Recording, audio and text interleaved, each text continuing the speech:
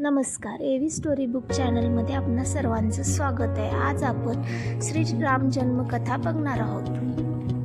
रामायण आणि रामचरित मानस पवित्र ग्रंथ आहेत। तुलसीदास यांनी श्री रामाला ईश्वर मानत रामचरित्र मानसाची रचना केली आहे, परंतु आदिकवी वाल्मिकी यांनी आपल्या रामायणात श्री राम यांना मनुष्य मानले आहे। तुलसीदास यांची रामचरित मानस रामाच्या राज्याभिषेकानंतर समाप्त होते, तर श्री वाल्मिकी यांनी आपल्या रामायणात श्री राम यांचे महाप्रयाण पर्यंत वर्णन केले आहे। महाराज दशरथांनी पुत्र प्राप्तीसाठी यज्ञ सुरू करण्याचा निर्णय घेतला। महाराजांच्या आज्ञेनुसार शामकर्ण अश्व चतुरंगिनी सेनेसह सोडवण्यात आला। महाराज दशरथ यांनी सर्व मनस्वी तपस्वी विद्वान ऋषीमुनींना व वेदविज्ञ प्रकांड पंडितांना यज्ञ संपन्न करण्यासाठी आमंत्रित केले। योग्य वेळ आल्यावर अभंगितासह महाराज दशरथ आले। आपले गुरु वशिष्ठ आणि आपले परम मित्र अंगदेशाचे अधिपती लोभपाद यांचे जामाता ऋंग ऋषीसह यज्ञ मंडप आले। या प्रकारे महान यज्ञाचे विधिपूर्वक शुभारंभ केले। संपूर्ण वातावरण वेदांच्या ऋचांच्या उच्च स्वरात पाठ उत्स्फूर्त होत असल्याने आणि समिधाच्या सुगंधाने दरवळू लागला। सर्व पंडित ब्राह्मण ऋषींना योग्यतेनुसार धन धान्य गो इतर भेट देऊन विदा करत यज्ञ समाप्ती झाली।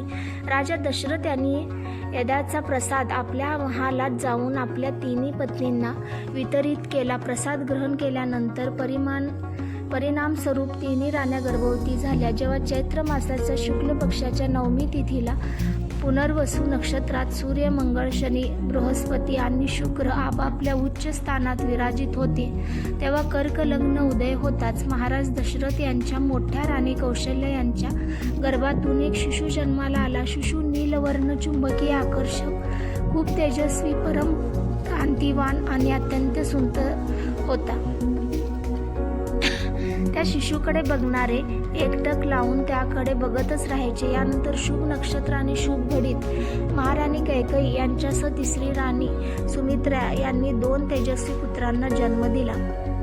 संपूर्ण राज्यात आनंद पसरला। महाराज यांच्या घरी 4 पुत्रांच्या जन्मांच्या उत्साहात गंधर्व गान करू लागले, अप्सरा नृत्य करू लागल्या, देवता आपल्या विमानातून फुलांचा वर्षाव करू लागले। महाराजांनी उन्मुक्त हस्ताने राजद्वारावर आलेल्या भाट, चारण आणि आशीर्वाद देण्यासाठी आलेल्या ब्राह्मण आणि याचकांना दान दक्षिणा दिली।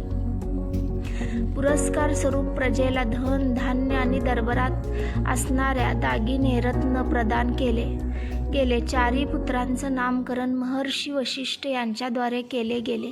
त्यांचे नाव रामचंद्र, भरत, लक्ष्मण आणि शत्रुघ्न असे ठेवले गेले।